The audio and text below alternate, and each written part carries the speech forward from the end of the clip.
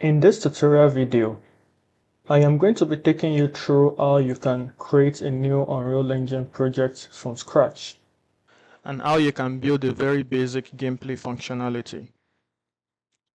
This tutorial video is designed for beginners. The prerequisite for this tutorial is for you to have the Unreal Engine editor installed on your PC. I have a separate video where I go through the steps of how you can download and install the Unreal Engine editor. So without further ado, let us get started. The first thing I'm going to do is to launch the Unreal Editor. Now, I'm using the Unreal Engine version 5.7, and when you launch it, you are going to be presented with this page. To create a new project, click on this New Project button right here on the left. We are presented with a new project window, and here you can see the different types of projects you can create in Unreal Engine, such as games, film and live actions, architecture, product design, simulations, and each of these projects comes with their individual templates. So our focus in this case is going to be on game projects. Now if I choose game projects, you have all these templates that are available to us to use or to start from. But I am going to start with a blank or empty project so that we build everything from scratch. So this way you can understand the rudimentaries of how Unreal Engine editor works and how you can create a simple gameplay from scratch. I am going to be creating this project in Blueprint, so I will leave this set to Blueprint. And then in the project location, you can specify the directory where you want to save your project. So right now it's currently stored in the documents on my PC. Then you need to specify a name. So let us call this intro UE. So this is going to be the name of the project, and if I click create, the editor is going to shut down and then restart. Now the project has successfully built, and this is what it looks like. You can find this newly created project on your PC by navigating to the directory you specified earlier.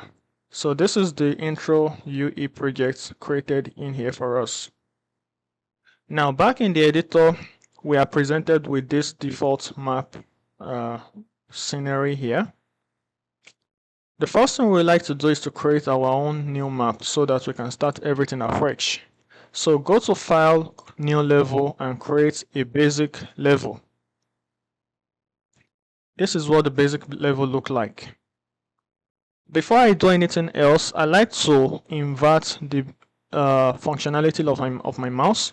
So to quickly show you, the basic interaction in Unreal Engine, if you hold down the middle mouse button on your mouse and drag left and right, you can pan your camera view based on how you are moving your mouse icon.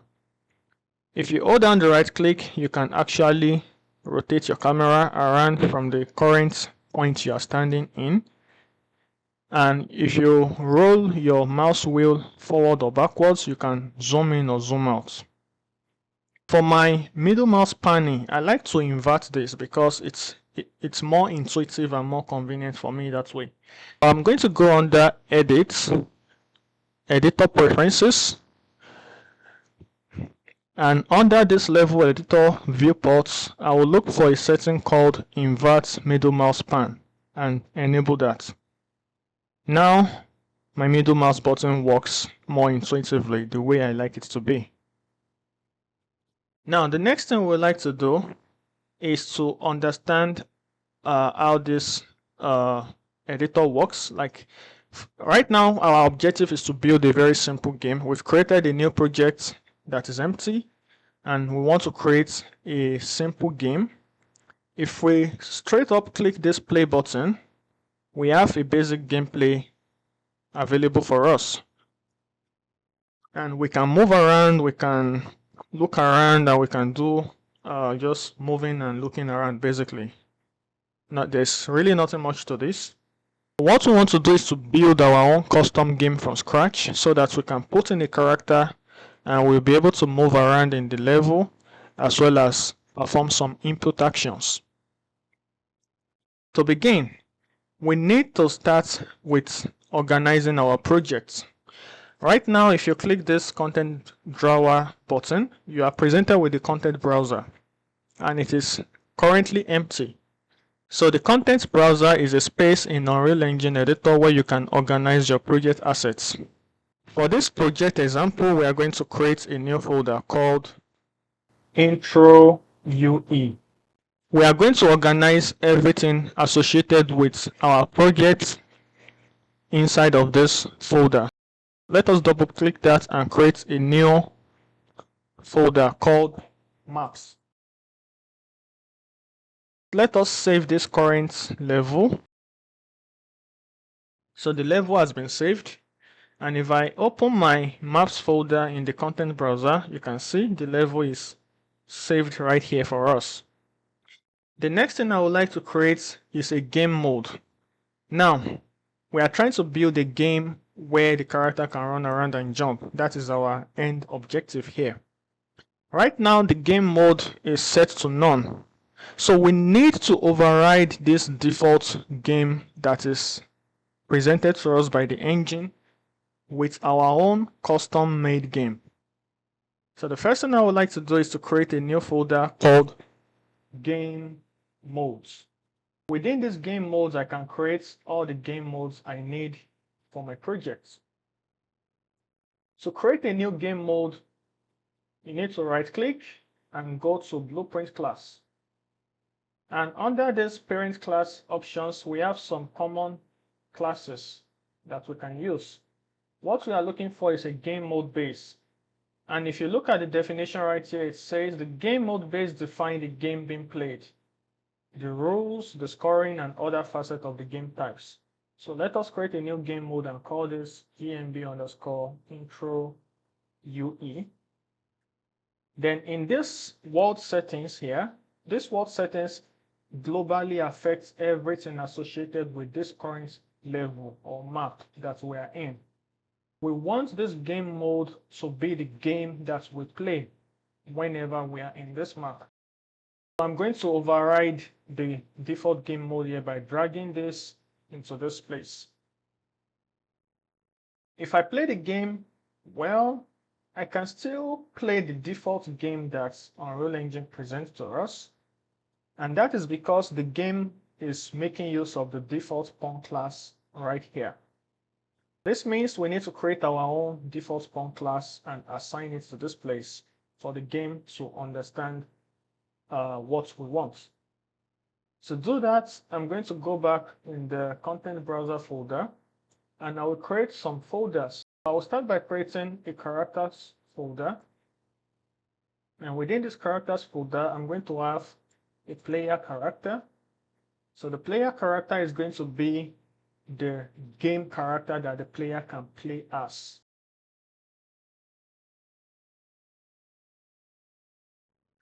In some later videos that I will make, I'm going to show you how we can import custom assets into the projects.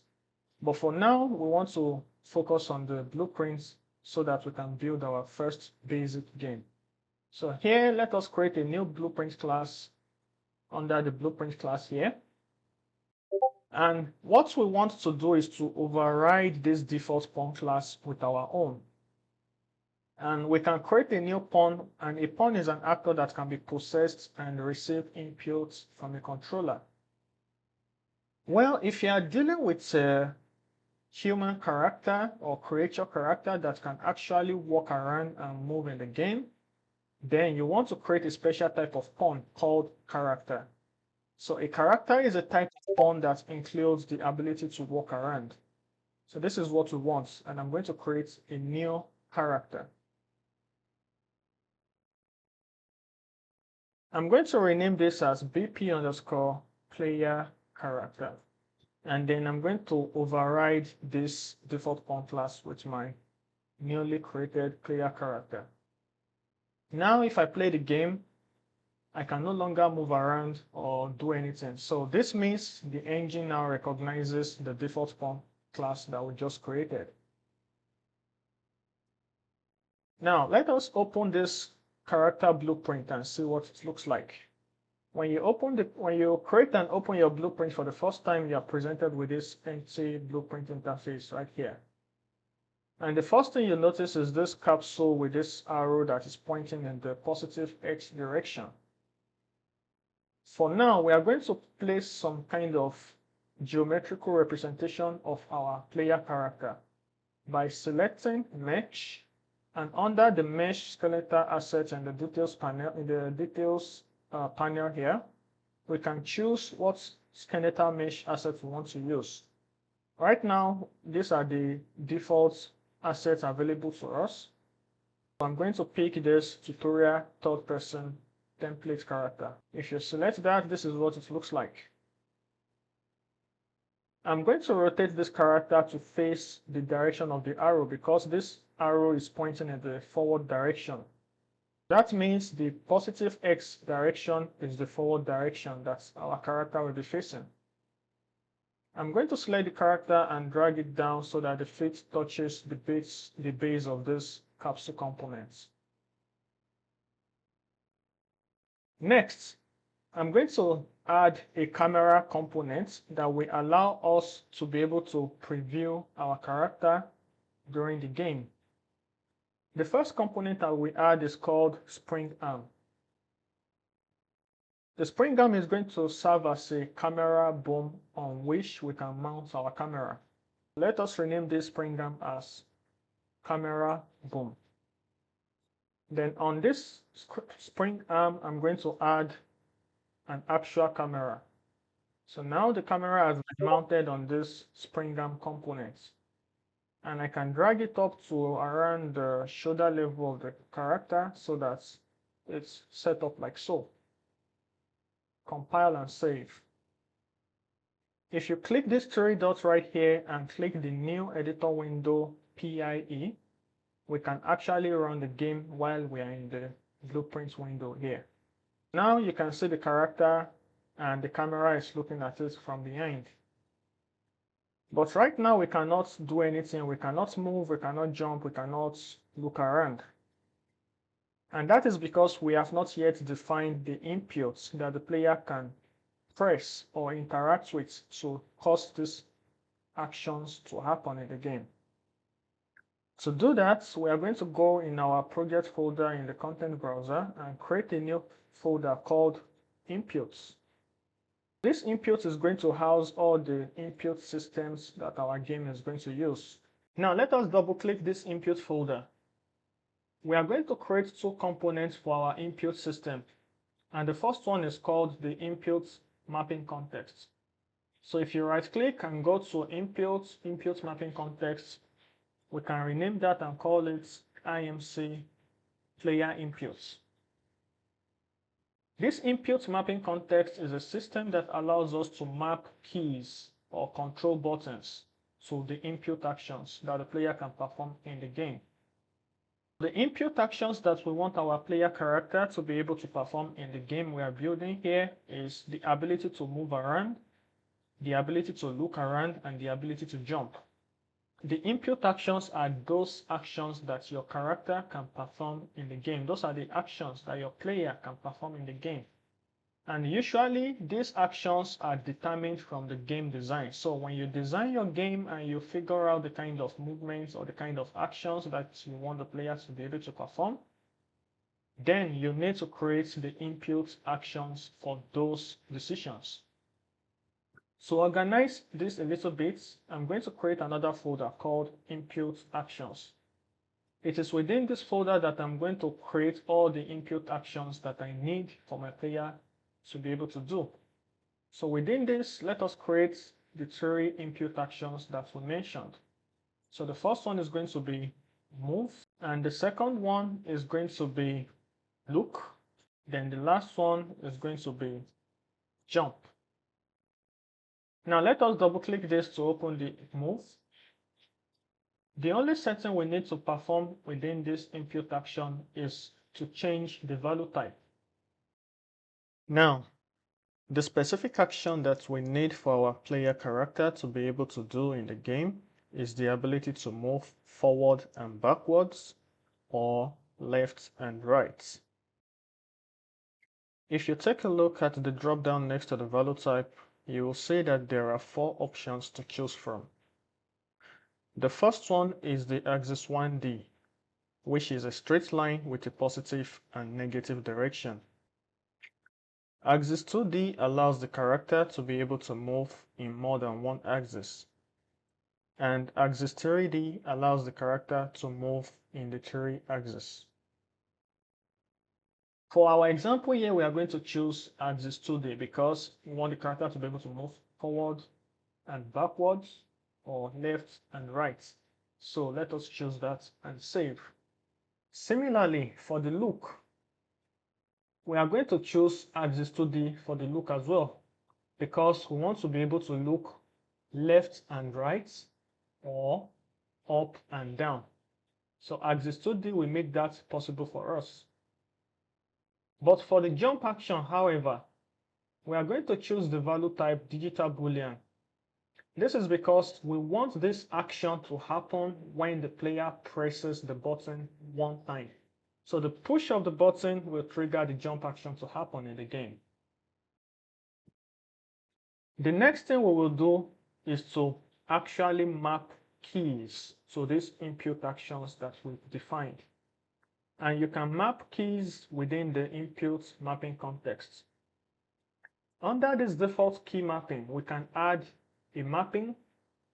So the first one we choose will be for the move. Let's add another one and choose look, and then the third one and choose jump. Now for the move, what we want is when the player presses some buttons on the keyboard, it is going to make the character to move in different directions. As a result, I'm going to add 4 inputs here. 1, 2, 3, 4.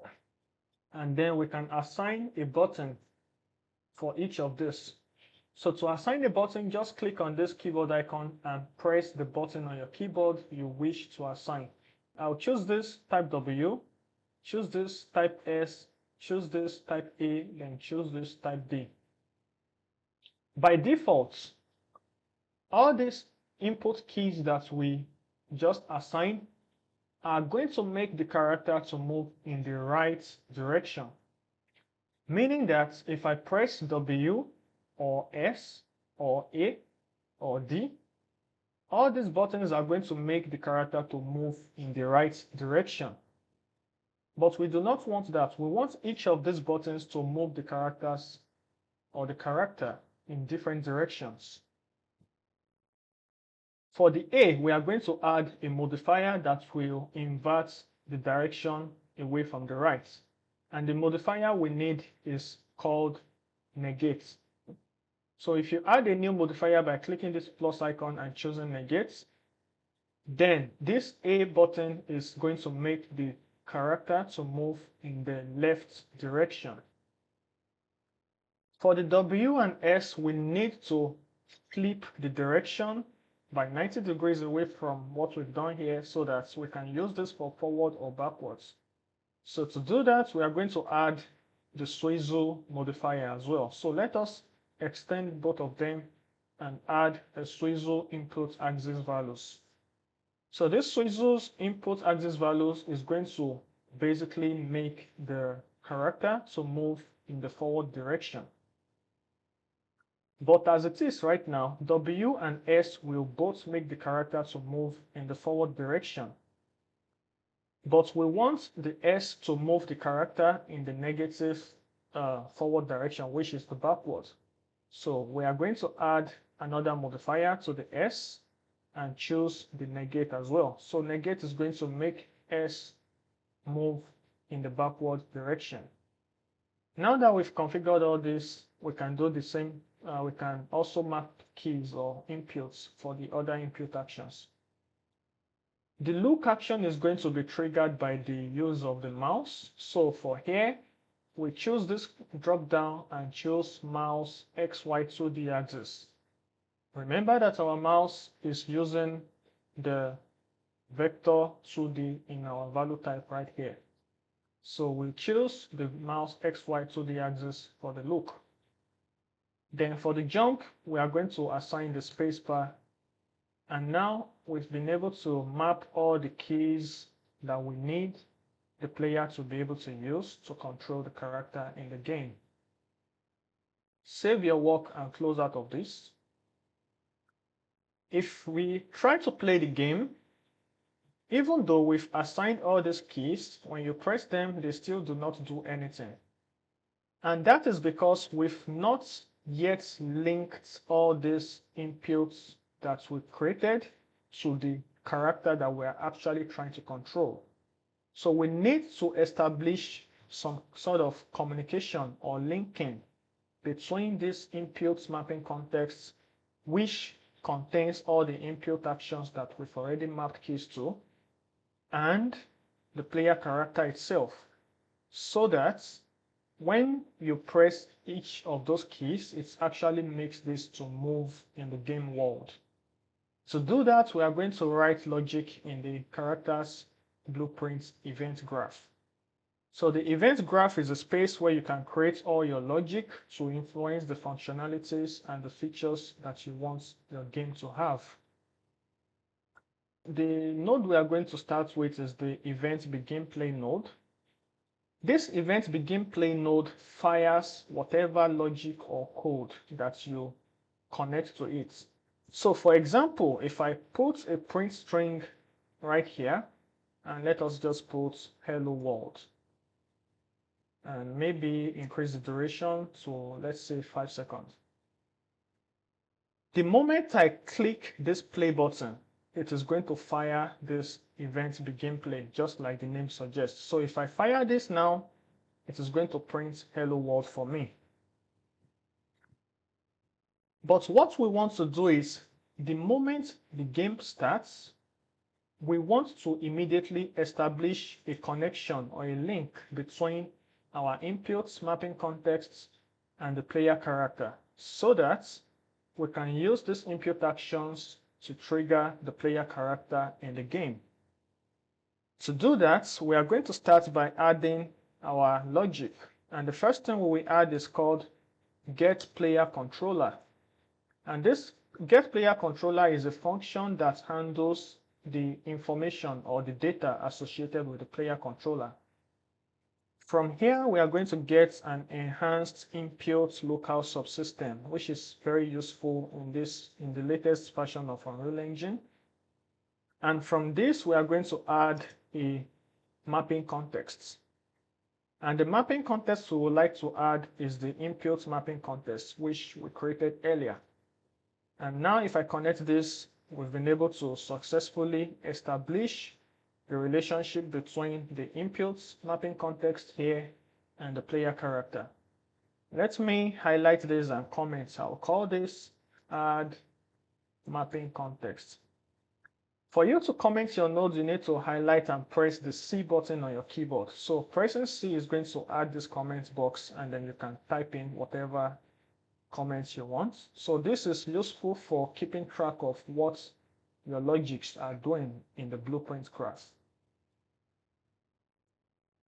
Now, what we've done so far is just add the mapping context, but we need to actually tell the engine to make use of each of these input actions that we created. The first input action we are going to add is the move. So if I right click and add the move input action, you'll see that it is a trigger. It is an event node. Every node that are red in color in the Unreal Engine blueprints are event nodes, and they actually are responsible for the change of the state of a game, just like we've seen earlier with the event begin play. This means when I trigger my input action move, we want it to actually move this character. And to do that, from triggered, we are going to add movement inputs. Well, if we play the game and try to move, we still don't get any results. And that is because we need to define what this world direction and the scale value will be. So the word direction refers to the direction that we want this character to move in the world whenever this input trigger is, interacted, like whenever this is triggered, basically. So when we trigger this, we want the character to move in a world direction. Like I mentioned earlier when we were creating this input mapping context, the default direction is usually the right direction. So there are three vector directions in Unreal Engine. There's the right vector, the forward vector, and the up vector. If you right click now, we can get a right vector. So this right vector will make the character to move in the right direction, so to speak, just like the name implies. Now, this right vector takes care of both right and left direction because it is a vector. And remember, a vector has magnitude and direction. So the direction can either be positive or negative. So this right vector handles both the positive and the negative direction. So we do not need to, for example, get a left vector. As a matter of fact, there's no get left vector. So the only thing we have is the right vector, which automatically handles the positive and the negative right direction. I'm going to split this and I'm going to add another function called get control rotation. Then if I split this, I can connect this x value to x and the z value to z. But do not connect this middle. I'm not exactly sure why this middle part is not usually connected, but this is how you should connect your control rotation and the right vector. And now we are going to pipe the return value of this into the world direction. Now, what do we actually put into the scale value? So the scale value is like the magnitude, so to speak. If I right click on this action value and split structure, we are actually able to split this into the x value and the y value. So the x value goes in the horizontal, like x direction. Like I mentioned earlier, we have the axis system. So in this case, we have the xy, and our right vector will move the character along in the mathematical space x direction, and the y value will move it in the mathematical space y direction. So for the right direction, we are going to connect this x value into the scale value for the right vector. So this way, our character can now move in the left or right direction. If I play the game now and test this out, now you see the character can move left and right when we press the inputs. And this is exactly what we want. I am going to comment this logic here and call this movement logic, left, right. At the same time, we are going to add a movement input for the forward and backward movements. I will copy that and then I will add a forward vector. Just like I've explained before, the forward vector is going to automatically handle the forward and backward direction. So let us split this and connect these two just like we did before. And then we connect the return value into the world direction. So this will now tell this movement input to move the character in the forward vector. Then for the scale value, I'm going to connect this axis value y directly here.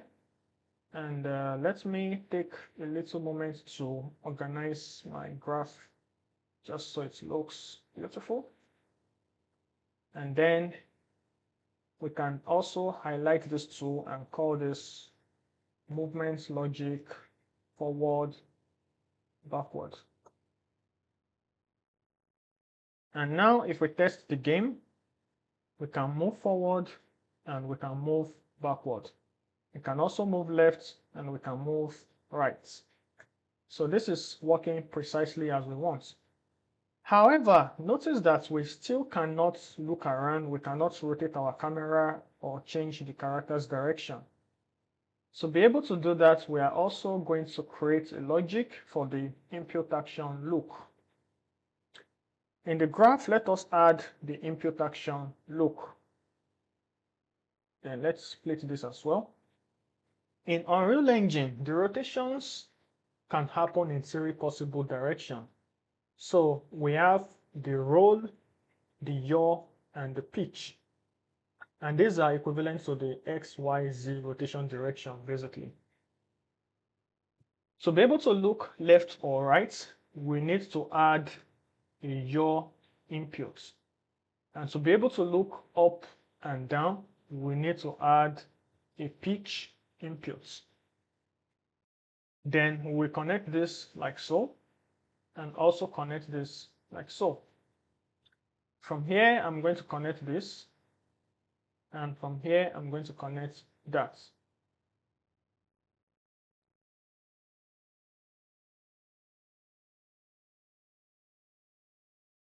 Now, if we test the logic by hitting play, we can look left and we can look right. But I'm trying to look up and down, and that doesn't work for me. And the reason is because there's a setting on the camera boom that is preventing us from doing that. If you select the camera boom from the component viewer, enable this setting called use pan control rotation. So if you enable that and then you try to move, now it's working as we expect. However, the up and down rotation is working invertedly for me, meaning that my expectation is when I drag my mouse forward, I want the character to look upwards. And when I drag my mouse backwards, I want the character to look down. But currently, it is working in the inverted manner. So let us flip that on this pitch input by multiplying this scale value by a -1. So if you multiply by -1, it basically inverts the value that is feeding into this place. Now let us organize this a little bit, and then if I test this out now, it is working precisely as I want it to work. So I can look left, right, I can look up, down, and that is looking great. Now I will highlight this and call this look logic, yaw, and pitch. Now we have the look logic, yaw, and pitch. Then to finalize our setup on this character actor, on this character blueprint, let's select the player character and search for the rotation. Then let's disable this use control rotation yaw, and I can enable one of these two rotation settings. Now, orient rotation to movement. If we enable this, what it does is that if I rotate my camera, if I move my camera, I can actually rotate around the character like this.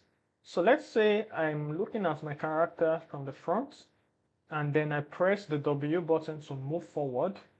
The character is going to rotate and face the forward direction. So wherever my camera is facing, whether like this or like this or like this, I mean, of course, horizontally, it's going to rotate this character to face wherever the camera is looking at. So if I'm looking like this, it will rotate to face the forward. If I'm looking like this, it will rotate to face the forward. So this is what orient rotation to movement does.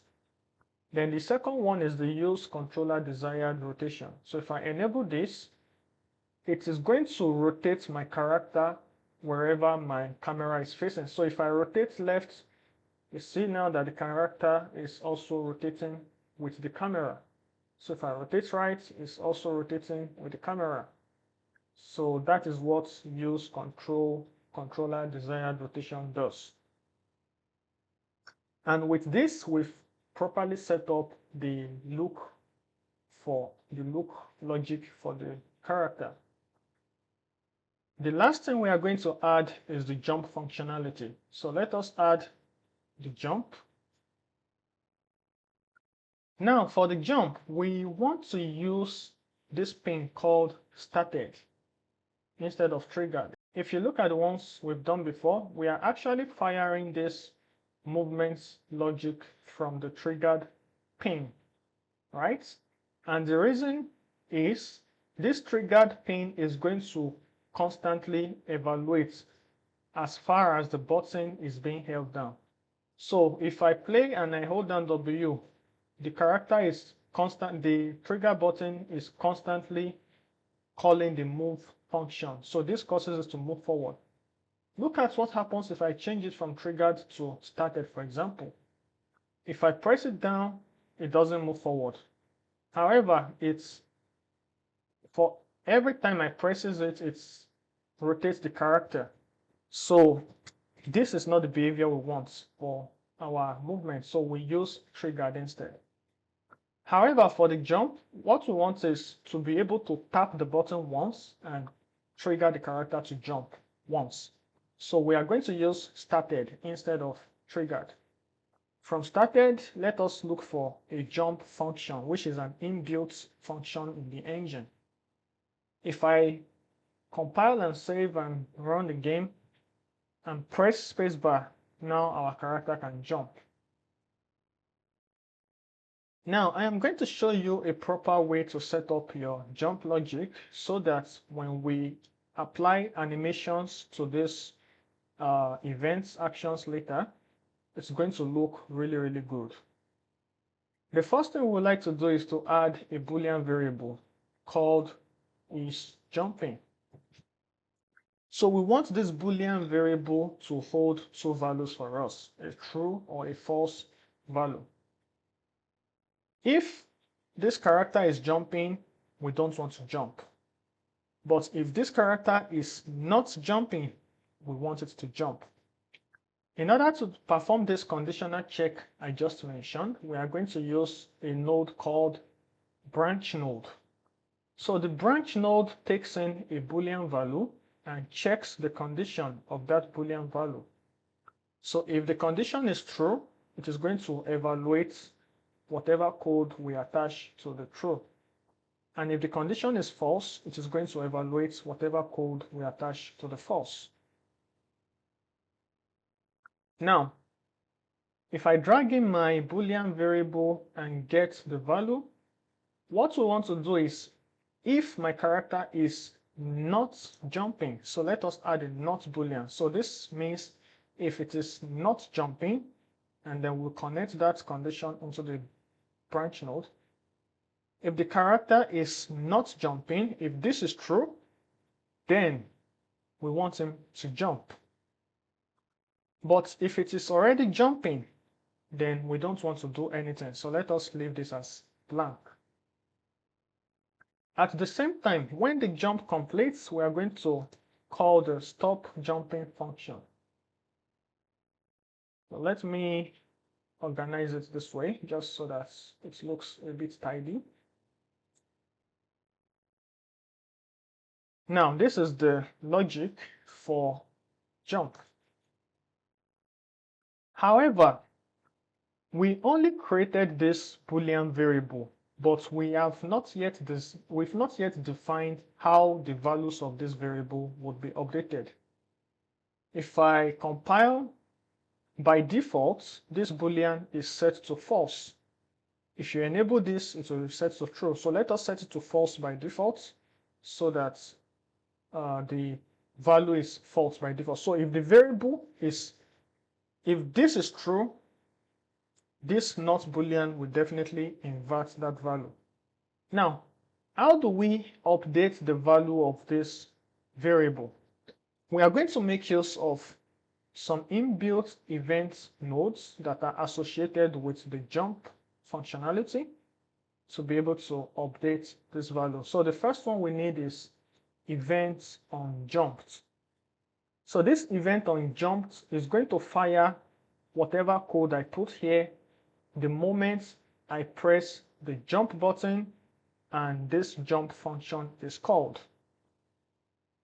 Event on jumped is going to set this to true. So let us set this to true. So if I am jumping, the moment I press the spacebar and this function is called, it is going to set this to true. Then how do we set this to false? To do that, we are going to use event onLanded. Event onLanded is going to set this boolean to false. So the moment our character lands from his jump, is going to set the value of this boolean to false.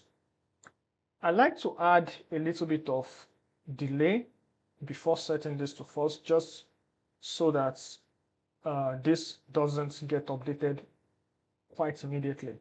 So these are the two things we need. So I will call this jump events. In some later tutorial videos, we will see some of the other use cases of this jump events. For example, you can use this to add anticipation to your character's jumping, or you can use it to call a damage function when your character lands from a high height. So these are some of the things we are going to take a look at in some later videos. So, but for now, this is the basic functionality for our jump logic. And with this, we've completed our jump function. So if I play the game and then I jump, now our character can jump. And this is looking great. Now, right now, this is what the jump looks like. What if we want the character to be able to jump much higher than this? Then we can definitely set that as well in the character movement components. So if you choose the character movement components and look for the jump tab, we can adjust the jump z velocity. So for example, if I set this to, let's say, 1000 and then try the game, now our character can jump much higher. So the higher the value of the jump z velocity, the higher your character jumps. So you want to find a value that works for your need. For this example, I'm just going to set this to 600, and I will also increase the gravity scale a little bit so that it lands a bit faster. Now, if we test it, it's working precisely how I want it to be. So this is the basic game that we've created. So this is a very basic gameplay. But as you can see, the character is just sliding around in the environment. There's no animation, no walk or running animation. All this I'm going to show you how to set them up in the next tutorial video. So, but for now, this is the basic functionality of our game. So we started by creating a new Unreal Engine project, and then we looked at how to create a new game mode and how to organize our projects inside the content browser. Then we created the character blueprints, which is the character that we want to play as in the game. Then we also added the input actions and defined the keys in the input mapping context.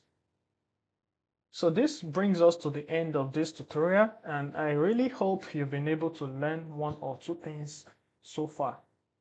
Thank you very much for sticking to the end of this video, and if you really like what I'm doing, then I will really appreciate it if you can support my channel by subscribing so as to encourage me to do more content like this in the future. In the next video, we are going to learn how to add animations to our character. So thank you so much for watching this video, and I will see you in the next.